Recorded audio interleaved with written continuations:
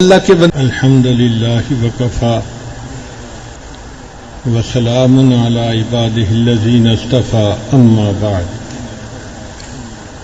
اللہ رب العزت نے نبی علیہ الصلوۃ والسلام کی رحمت للعالمین کے صدقے اس امت پر بہت آسانیاں کر دیں۔ پہلے وقتوں میں کہیں خاص جگہوں پر عبادت کرنی جائز تھی، ہر جگہ نہیں۔ اللہ نے نبی علیہ الصلوۃ والسلام کے صدقے پوری زمین کو مسلح بنا دیا۔ آپ جہاں چاہیں صاف جگہ دیکھیں اور وہیں پہ نماز پڑھ لیں، نماز ہو جائے گی۔ اسی طرح اللہ تعالیٰ نے توبہ کی قبولیت کو آسان کر دیا۔ پھر زکوٰۃ پہلے زمانے میں اگر کوئی دیتا تھا تو وہ پہاڑ پہ رکھ کر آتا تھا اور ایک بجلی آتی تھی آگ، اور اس کے مال کو اور چیزوں کو کھا جاتی تھی۔ ان کی طرف سے گویا زکوٰۃ قبول ہو جاتی تھی۔ وہ زکوٰۃ کسی بندے کو فائدہ نہیں دیتی تھی۔ نبی علیہ الصلوۃ والسلام کی رحمت للعالمین کے صدقے اللہ نے اس امت کے لیے مختلف طریقہ کر دیا کہ ہم اپنے معاشرے میں، اپنے پڑوس میں، اپنے قریب میں کسی غریب آدمی کو وہ زکوٰۃ دیں، اس کے بچے کھانا کھائیں گے اور ہماری زکوٰۃ ادا ہو جائے گی۔ اسی طرح ایک خاص بات جو نبی علیہ الصلوۃ والسلام کی وجہ سے امت کو ملی وہ یہ تھی کہ ان اللہ تجاوز لی عن امتی الخطا والنسیان وما استکرہوا فیہ ما استکرہوا علیہ، کہ اللہ تعالیٰ نے میری امت سے بھول چوک اور زبردستی کروائے گئے گناہ کو معاف کر دیا ہے۔ ایک ہوتا ہے عمدن کوئی بات کرنا، ایک ہوتا ہے خطا، غلطی سے ہو جانا۔ پہلے بھی میں نے مثال دی تھی کہ ایک آدمی گھر سے نکلا، اس نے اسٹیشن جانا تھا، اب وہ تیزی سے گاڑی چلا رہا تھا، اس تیزی سے گاڑی چلانے کی وجہ سے ایکسیڈنٹ ہو گیا اور کوئی بندہ فوت ہو گیا، تو اس کو قتل خطا کہتے ہیں، غلطی سے قتل ہو گیا، ارادہ نہیں تھا اس کا قتل کا۔ اور ایک ہوتا ہے کہ کوئی بندہ ارادہ کر کے کسی کو قتل کرے، تو یہ جو قتل خطا ہے اس کی دیت ہوتی ہے۔ اسی طرح کوئی بھی کام جو خطا سے ہو جائے، بندے سے کرنے کا ارادہ نہ ہو جائے، اللہ نے اس کو معاف کر دیا، اور اگر بھول سے کوئی گناہ ہو جائے تو بھی معاف کر دیا۔ چنانچہ شوگر کے مریض کو بہت پیاس لگتی ہے، چند دن پہلے کی بات ہے، شاید مکہ مکرمہ میں تھا یا کہاں، میں فجر کے بعد لیٹ گیا، اشراق کے بعد، پھر جب اٹھا تو بہت پیاس لگی ہوئی تھی، تو جیسے ہی اٹھا میرے پاس ایک انڈیا کے مفتی صاحب کھڑے تھے، میں نے انہیں کہا آج تو بہت پیاس لگی ہوئی ہے۔ وہ اللہ کے بندے گئے اور ٹھنڈا پانی لے کے آ گئے، اور مجھے یاد ہی نہیں تھا کہ میرے روزہ ہے، اور میں نے روز پانی پی لیا۔ جب 2 گھونٹ اندر گئے تو مجھے یاد ہے، میں نے کہا مفتی صاحب یہ تو روز ہے۔ وہ کہنے لگے جی مجھے بھی یاد تو تھا، مگر میں نے دیکھا کہ آپ کو اتنی پیاس لگی ہوئی ہے تو اچھا ہے آپ پی لیں، اللہ نے معاف تو کر ہی دیا ہے۔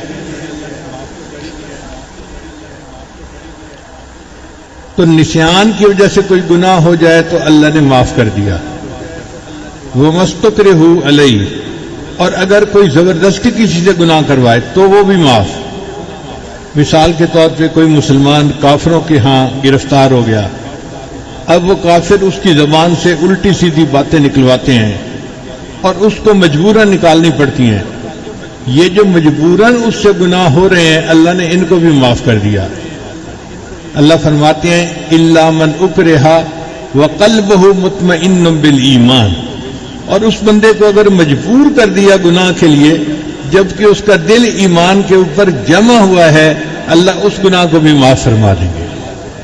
یہ نبی علیہ الصلوۃ والسلام کی امت ہونے کے صدقے اللہ نے اس امت کو انعام عطا فرمایا۔ دوسری حدیث میں نبی علیہ الصلوۃ والسلام نے ارشاد فرمایا کن فی الدنیا کا انک غریب او عابر سبیل، دنیا میں ایسے رہو جیسے کوئی پردیسی ہوتا ہے یا مسافر ہوتا ہے۔ پردیسی کا دل لگتا نہیں اپنی جگہ پہ، اس کا دل چاہتا ہے میں واپس جاؤں، اس کو اپنا دیش یاد آتا ہے، اپنا وطن یاد آتا ہے. کہ مومن بھی اس دنیا میں پردیسی کی مانند ہے، رہتا تو اس دنیا میں ہے مگر اس کا دل آخرت کے ساتھ اٹکا ہوا ہوتا ہے. اس کو آخرت یاد آتی ہے، جنت یاد آتی ہے، اور وہ دنیا میں ایسے رہتا ہے جیسے کوئی راستہ چلنے والا مسافر ہوتا ہے. اب آپ دیکھیں مسافر چلتا ہوا کسی درخت کے نیچے تھوڑی دیر ٹھہرے تو وہاں کوئی لمبے چوڑے منصوبے تو نہیں بناتا، آرام کرتا ہے اور پھر چل پڑتا ہے. تو مومن بھی اس دنیا میں اسی طرح کچھ دیر کے لیے آیا ہے، رہے گا اور پھر یہاں سے آگے چلا جائے گا. اللہ تعالی ہمیں دنیا کی بے ثباتی کو سمجھنے کی توفیق عطا فرمائے.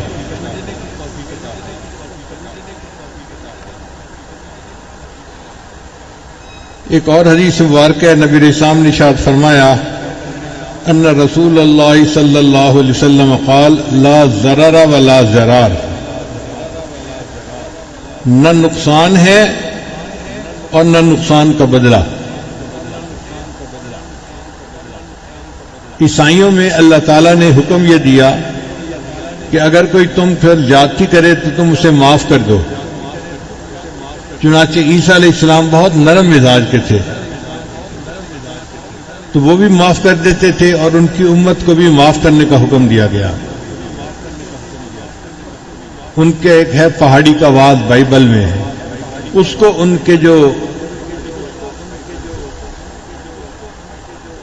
پادری ہیں وہ بڑا لہک لہک کے پڑھتے ہیں. اور جی عیسیٰ علیہ السلام نے تو ہمیں نصیحت کی اگر کوئی تمہارے ایک رخسار پر تھپڑ مارے تو تم دوسرا رخسار بھی پیش کر دو. حالانکہ دنیا میں وہ معصوم لوگوں کو زیادہ نقصان پہنچانے والے لوگ ہیں، وہ زیادہ ظلم کرتے ہیں، مگر سنانے کو باتیں یہ سناتے ہیں کہ جی کوئی دائیں رخسار پہ تھپڑ مارے تم بائیں رخسار بھی پیش کر دو. یہ صرف کہنے کی باتیں ہیں، حقیقت کی دنیا سے اس کا کوئی تعلق نہیں ہے. تاہم عیسائیوں کو اللہ تعالیٰ نے یہ تعلیم دی تھی. پھر اس کے بعد قوم یہود آئی. یہ مزاج کے ذرا سخت لوگ تھے اور ان کی طبیعت میں بدلہ لینے کی عادت تھی. ان کو کہا جاتا کہ تم معاف کر دو تو ان کی طبیعتوں کے لیے مشقت ہوتا. تو اللہ نے فرمایا ٹھیک ہے جتنا تم سے زیادتی ہو تم اتنا بدلہ لے سکتے ہو. تو اگر کوئی زیادتی کرے تو جس سے زیادتی ہوئی وہ اتنا بدلہ لے سکتا ہے جتنی زیادتی ہوئی، اس سے زیادہ نہیں لے سکتا. یعنی اینٹ کا جواب پتھر سے نہیں دے سکتا، اینٹ کا جواب اینٹ سے ہی دیا جائے گا. پھر اس کے بعد مسلمان آئے تو نبی علیہ السلام کی امت کو اللہ نے فرمایا کہ اگر تم بدلہ لینا چاہو تو یہ جائز ہے، مگر بہتر یہ ہے کہ تم معاف کر دو. بلکہ صرف معاف ہی نہ کرو، تم اس کے ساتھ اچھائی کا معاملہ کرو. تو ان کو اخلاق عظیمہ کہا جاتا ہے کہ نبی علیہ السلام کی امت کو اللہ نے فرمایا کہ تم برائی کا بدلہ برائی سے دینا تو ایک طرف ہے، تم اس کے بدلے اس کے ساتھ اچھائی کرو. یہ ہوئے نا اصل بات کہ برا کرنے کے والے ساتھ بھی اچھا کیا جائے. نبی اسلام نے ارشاد فرمایا صل من قطعک، جو تجھ سے توڑے تو اس سے جوڑ. کتنی خوبصورت تعلیمات ہیں شریعت کی. صل من قطعک، جو تجھ سے توڑے تو اس سے جوڑ. واعف عمن ظلمک، جو تجھ پر ظلم کرے تو اسے معاف کر دے. وَأَحْسِن مَنْ أَسَاءَ إِلَيْكَ، اور جو تیرے ساتھ برا کرے تو اس کے ساتھ اچھا سلوک کرے. تو نبی علیہ السلام نے امت کو یہ تعلیمات دی کہ تم برائی کے بدلے برائی نہ کرو، برائی کے بدلے اچھائی کرو. قرآن مجید نے بھی فرمایا ادفع باللتی ہی احسن، کہ تم برائی کے بدلے میں اچھائی کا سلوک کرو. تو نبی علیہ السلام نے فرمایا لا ضرر ولا ضرار، کہ نہ نقصان پہنچاؤ اور اگر کوئی نقصان پہنچاؤ تو اس کا بدلہ بھی اس سے تم نہ لو. ضرر بھی نہیں، ضرار بھی نہیں۔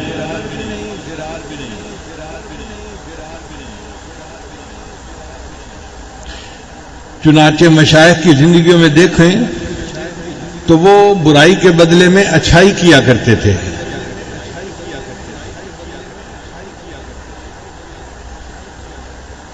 علی اجویری رحمۃ اللہ علیہ، جن کو داتا گنج بخش کہتے ہیں، ان کا عجیب واقعہ ہے۔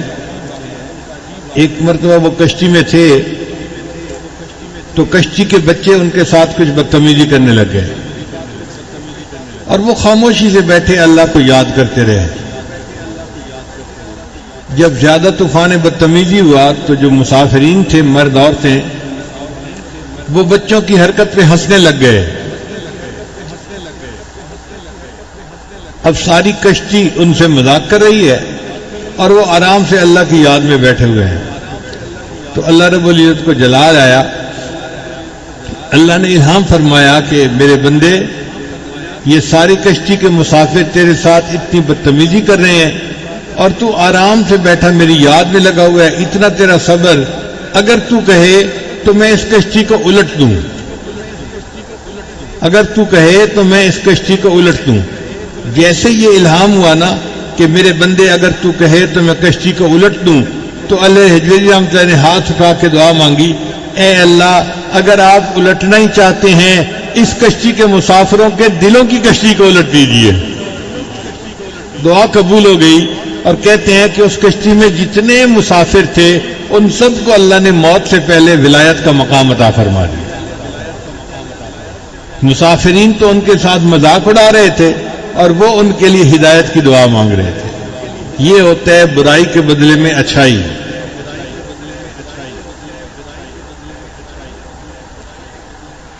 خواجہ نظام الدین اولیاء رحمۃ اللہ علیہ بیٹھے تھے، ایک بندہ آیا،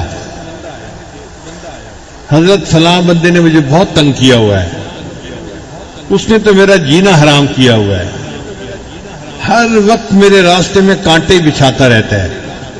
اصل میں وہ کیا چاہتا تھا کہ حضرت مجھے اجازت دے دیں پھر میں اس بندے سے نمٹ لوں گا۔ تو وہ حضرت سے NOC مانگنے آیا تھا، حضرت اس نے مجھے بہت تنگ کیا ہوا ہے، بہت پریشان کیا ہوا ہے، ہر وقت میرے راستے میں کانٹے بچھاتا ہے۔ جب اس نے یہ کہا نا تو حضرت نے فرمایا کہ دیکھو، اگر وہ تمہارے راستے میں کانٹے بچھاتا ہے تم اس راستے میں کانٹے نہ بچھاؤ، ورنہ پوری دنیا میں کانٹے ہی کانٹے ہو جائیں گے۔ اگر وہ تمہارے راستے میں کانٹے بچھاتا ہے تو تم اس کے راستے میں کانٹے نہ بچھاؤ، ورنہ پوری دنیا میں کانٹے ہی کانٹے ہو جائیں گے۔ بھئی اگر کوئی کپڑا ناپاک ہو گیا ہے، اس کو پاک کرنے کے لیے پاک پانی کی ضرورت ہوگی، وہ پیشاب سے پاک نہیں ہو سکتا۔ اگر کسی نے برائی کی ہے تو برائی کو ختم کرنے کے لیے اچھائی کی ضرورت ہوگی، تب وہ برائی ختم ہوگی۔ اگر برائی کے بدلے میں ہم بھی برائی کریں گے تو برائی کبھی ختم نہیں ہو سکتی۔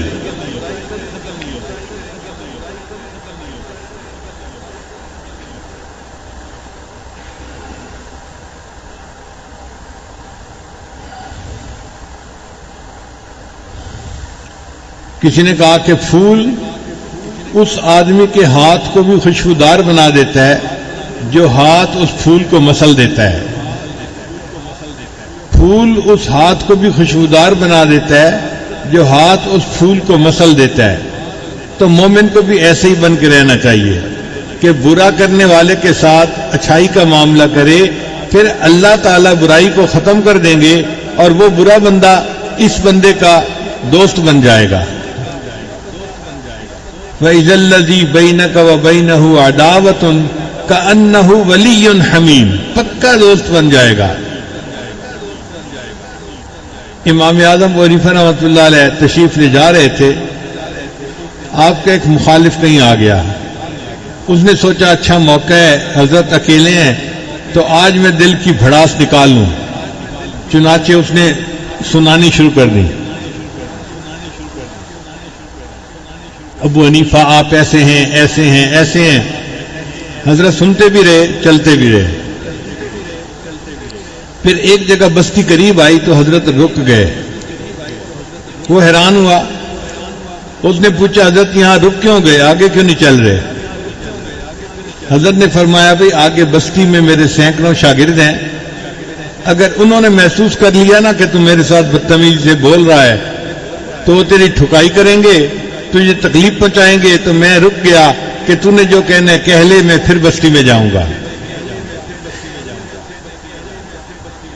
اب بات شروع ہو گئی تو امام صاحب نے اسے فرمایا کہ دیکھو یہ سارا کچھ تو کہہ رہا ہے یہ غلط فہمی کی وجہ سے کہہ رہا ہے، ورنہ میں ایسا نہیں ہوں۔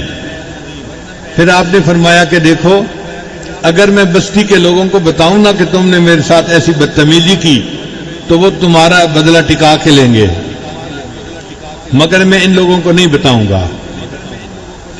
اور تو جانتا ہے کہ وقت کا بادشاہ میرا بڑا معتقد ہے، اگر میں اسے بتا دوں نا کہ اس بندے نے میرے ساتھ ایسی بدتمیزی کی، وہ تجھے جیل میں بھی ڈالے گا اور تیرے درے بھی لگوائے گا، تجھے چھٹی کا دودھ یاد آ جائے گا، مگر میں بادشاہ کو شکایت بھی نہیں لگاؤں گا۔ اور تو نے چونکہ میرے ساتھ غلط باتیں کی ہیں، میرا دل ایذائی ہوئی ہے، تو میں اگر قیامت کے دن اللہ کی بارگاہ میں عرض کروں گا نا کہ یا اللہ اس بندے نے میری دل ایذائی کی، تو اللہ تعالیٰ مجھے تیری نیکیوں سے حق دلوائیں گے، مگر میں وعدہ کرتا ہوں کہ میں قیامت کے دن تیرے اوپر حق کا مقدمہ بھی نہیں کروں گا۔ اب وہ بڑے حیران ہوں۔ اچھا، پھر حضرت نے فرمایا اچھا ایک بات اور سن لے کہ اگر قیامت کے دن اللہ نے میرے اوپر مہربانی کی اور اللہ نے مجھے بخش دیا تو میں تمہیں اپنے ساتھ لیے بغیر جنت نہیں جاؤں گا۔ جب آپ نے یہ فرمایا تو وہ بندہ قدم میں پڑ کے معافی مانگنے لگ گیا، حضرت میں نے غلط باتیں سنی تھی اور آپ کے بارے میں میرا غلط تصور بن گیا تھا، میں معافی مانگتا ہوں اور میں آج سے آپ کے معتقدوں میں شامل ہوتا ہوں۔ تو ہمارے مشائخ برائی کے بدلے میں اچھائی کا معاملہ فرماتے تھے۔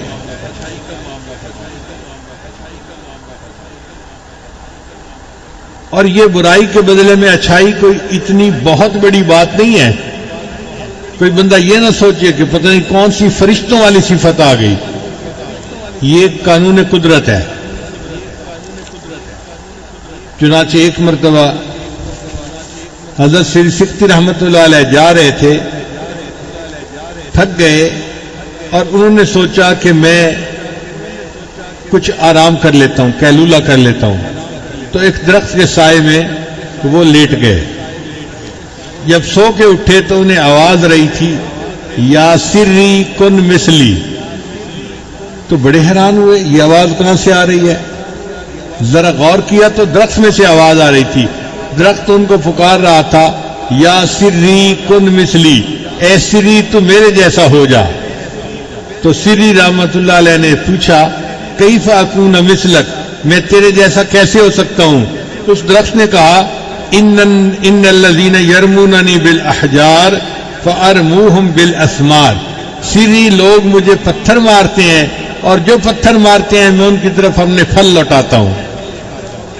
لوگ پتھر مارتے ہیں اور پتھر مارنے والوں کو میں اپنے پھل دے دیتا ہوں، تو بھی میرے جیسا ہو جا۔ تو درخت کی بھی یہ مثال ہے کہ وہ برائی کے بدلے میں اچھائی کرتا ہے بندے کے ساتھ۔ اگر ہم انسان ہو کر برائی کے بدلے میں اچھائی کریں تو یہ کون سی بڑی بات ہے۔ اللہ تعالی ہمیں بڑا ظرف عطا فرمائے اور ہم بھی اچھے اخلاق کی زندگی گزارنا سیکھیں۔ چنانچہ نبی علیہ الصلوۃ والسلام کی یہ بات ذہن میں رکھیے، فرمایا لا ضرر ولا ضرار، نہ نقصان پہنچاؤ اور نہ نقصان کا بدلہ نقصان کے ذریعے سے لو۔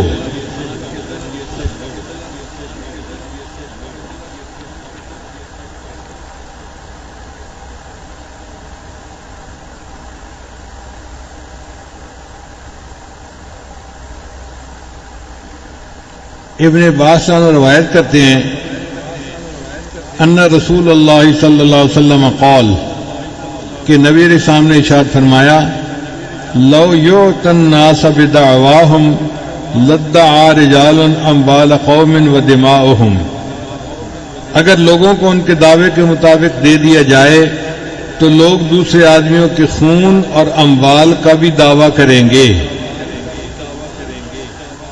لکن البینۃ علی المدعی، لیکن گواہوں کو پیش کرنا مدعی کے اوپر لازم ہے، والیمین علی من انکر، اور قسم اٹھانا مدعا علیہ کے اوپر ہے۔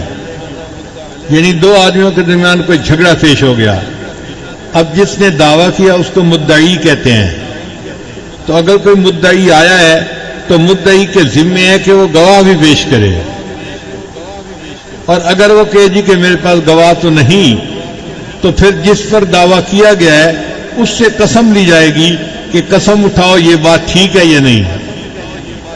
تو قسم اٹھانا مدعا علیہ کے ذمے اور گواہ پیش کرنا مدعی کے ذمے ہے۔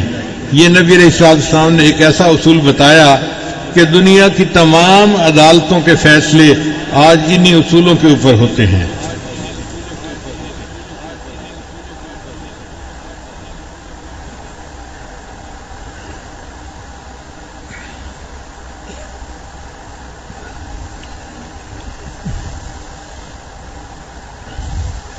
مجھے اس وقت پانی پینے کی طلب نہیں ہو رہی، لیکن کچھ دوائیوں کے اور بیماریوں کی وجہ سے ایسی کنڈیشن ہو جاتی ہے کہ منہ اتنا خشک ہو جاتا ہے کہ جیسے چپک گیا ہے، بولنا ہی مشکل ہوتا ہے۔ تو میں اپنے لیے پانی نہیں پیتا، آپ کے لیے پانی پیتا ہوں۔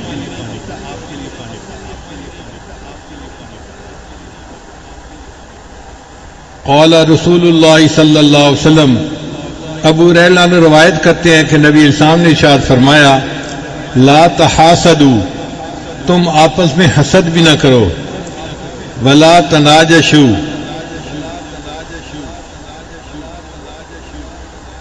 اور آپس میں ایک دوسرے کے ساتھ کوئی برا معاملہ بھی نہ کرو، ولا تباغضوا، نہ ایک دوسرے سے بغض رکھو، ولا تدابروا، نہ ایک دوسرے کی طرف سے منہ موڑو، ولا یبیع بعضکم علی بیع بعض، نہ ایک بندے کی سودے کے اوپر دوسرا بندہ اپنا سودا کرے۔ ایسا ہوتا ہے نا کہ ایک بندہ سودا کر رہا ہے، دوسرا اس کے سودے کو خراب کرنے کے لیے قیمت بڑھا دیتا ہے۔ اب وہ جو قیمت بڑھا دیتا ہے اس نے پہلے کے ساتھ برا سلوک کیا، تو نبی علیہ السلام نے منع کیا کہ جب تمہیں پتہ ہے کہ ایک بندے کے سودے کی بات چل رہی ہے، تم اس کے سودے کو خراب مت کرو، اس کی قیمت کو خواہ مخواہ مت بڑھاؤ۔ وَكُونُوا عِبَادَ اللَّهِ إِخْوَانًا، اور اللہ کے بندو بھائی بھائی بن کر زندگی گزارو۔ المسلم اخو المسلم، مسلمان مسلمان کا بھائی ہے، لا يظلمه، نہ وہ اس پر ظلم کرتا ہے، ولا يخذله، نہ وہ اس کو رسوا کرتا ہے۔ مسلمان اپنے مسلمان بھائی پہ ظلم بھی نہیں کرتا، اور مسلمان اپنے مسلمان بھائی کو رسوا بھی نہیں کرتا۔ ولا یکذبہ، نہ وہ اس کی تکذیب کرتا ہے، ولا یحقرہ، نہ وہ اس کی تحقیر کرتا ہے۔ التقویٰ ہا ہنا، نبی علیہ السلام نے سینے کی طرف اشارہ کر کے فرمایا، تقویٰ یہاں ہے، تقویٰ یہاں ہے، تقویٰ یہاں ہے۔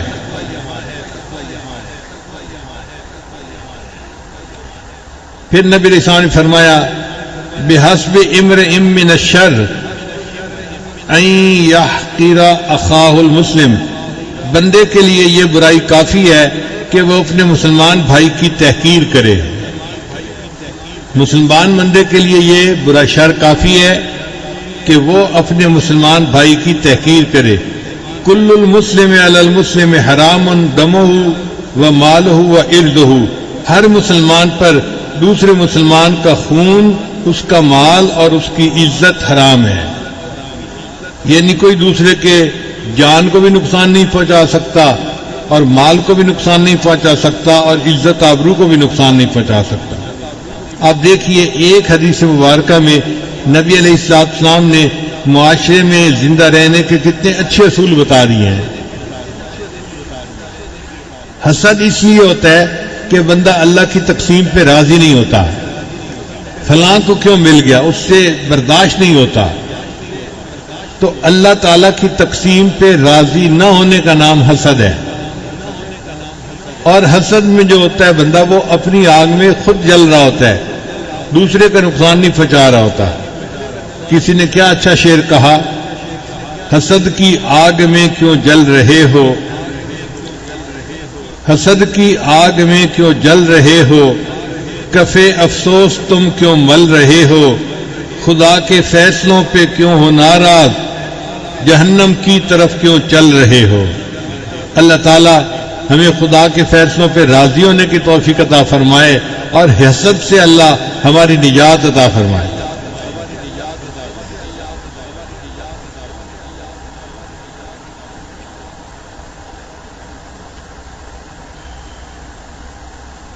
ابو ہریرہ میں اس حدیث کے راوی ہیں، وہ کہتے ہیں کہ نبی اسلام نے ارشاد فرمایا، من نفس عن مؤمن قربتا من قرب الدنیا نفس اللہ عنہ قربتا من قرب یوم القیامہ. 5 باتیں اس حدیث میں فرمائی گئی ہیں. جو شخص اپنے مسلمان بھائی کی مصیبت کو دنیا میں دور کرے گا، اللہ اس کے بدلے قیامت کے دن کی مصیبتوں کو اس سے دور فرما دیں گے. غور سے سننے والی بات ہے. جو کوئی اپنے بھائی کی مصیبت کو دنیا میں دور کرے گا، اللہ اس کے بدلے اس بندے کی قیامت کی مصیبتوں کو دور فرما دیں گے.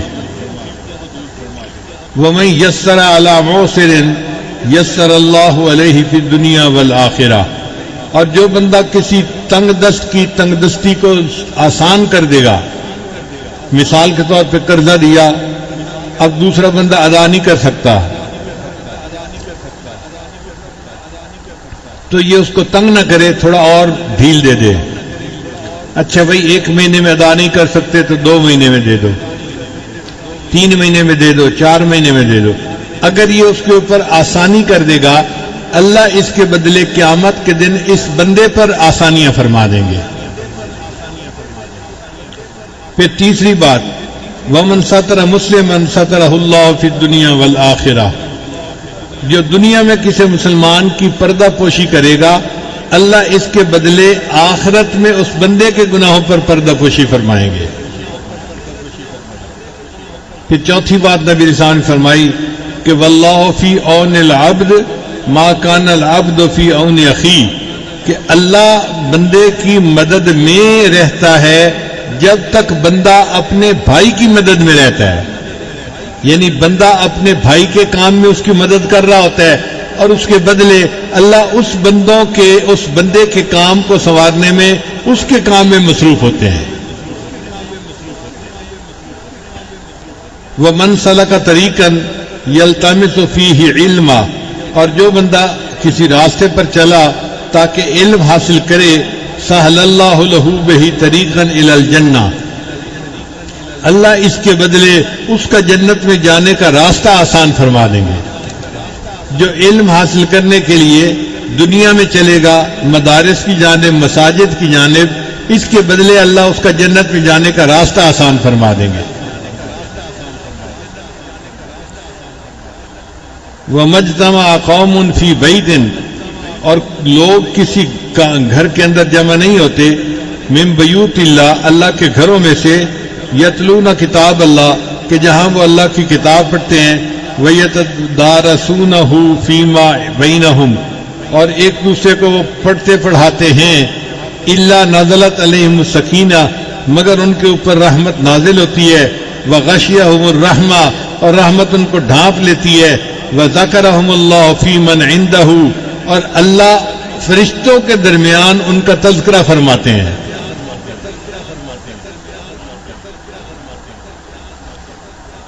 وَمَنْ أَبْطَأَ بِهِ عَمَلُهُ. اور جس بندے کو اس کے اعمال نے پیچھے کر دیا، یعنی ایک بندہ بد اخلاق ہے یا ایک بندہ فاسق و فاجر ہے، اس کے اعمال نے اس کو دوسروں سے پیچھے کر دیا. وَمَنْ أَبْطَأَ عَمَلُهُ وَمَنْ أَبْطَأَ بِهِ عَمَلُهُ لَمْ يُسْرِعْ بِهِ نَسَبُهُ. تو اس کا نسب اس کو آگے نہیں بڑھا سکتا. جو بندہ اپنے عملوں کی وجہ سے آگے نہ بڑھ سکا، وہ نسب کی وجہ سے آگے نہیں بڑھ سکتا.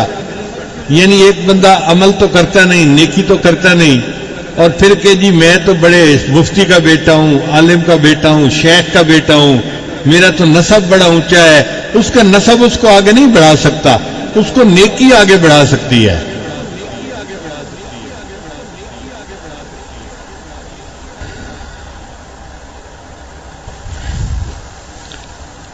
پھر آگے ایک حدیث مبارکہ میں ایک بہت ہی خوبصورت بات بتائی گئی ہے، ذرا غور سے سننے والی ہے۔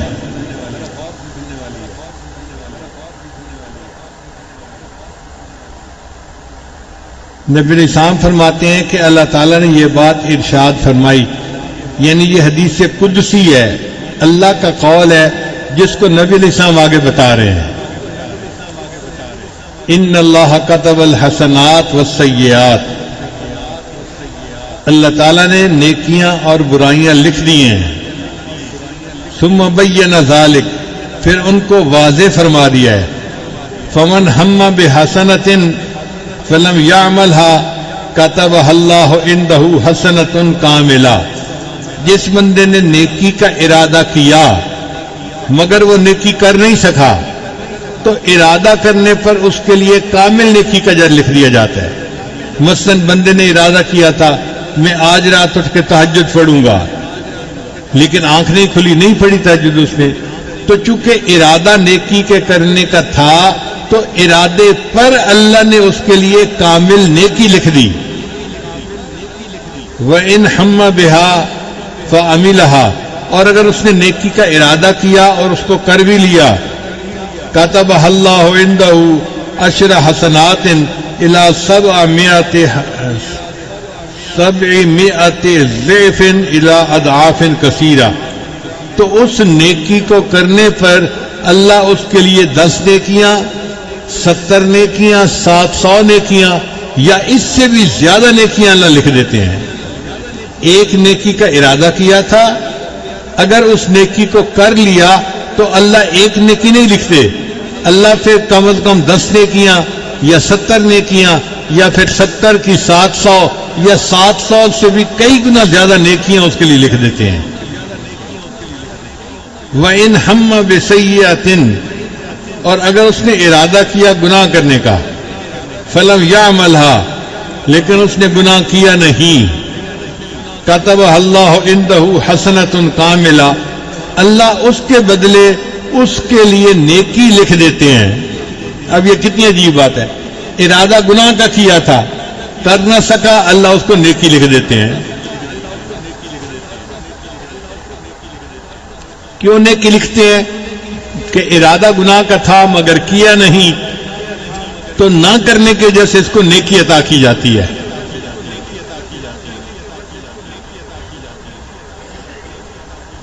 وَإِنْ هَمَّ بِسَيِّئَةٍ، اور اگر اس نے ارادہ کیا گناہ کرنے کا، فَعَمِلَهَا، اور اس نے گناہ کر لیا، كَتَبَهَا اللَّهُ سَيِّئَةً وَاحِدَةً، اللہ اس کے بدلے ایک گناہ لکھتے ہیں۔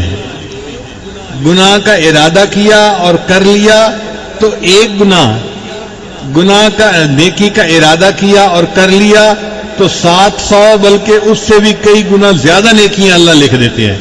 تو نیکی کے ارادے پر ہزاروں نیکیاں لکھی جاتی ہیں اور گناہ کے ارادے پر ایک ہی گناہ لکھا جاتا ہے۔ یہ اللہ تعالیٰ کی شان کریمی اس امت کے ساتھ کہ اللہ تعالیٰ اس امت کی نیکیوں کو بڑھانا چاہتے ہیں اور ان کی سیئات کو مٹانا چاہتے ہیں۔ اللہ ہماری بھی سیئات کو مٹا دے اور ہماری حسنات کو اللہ قبول فرما لے۔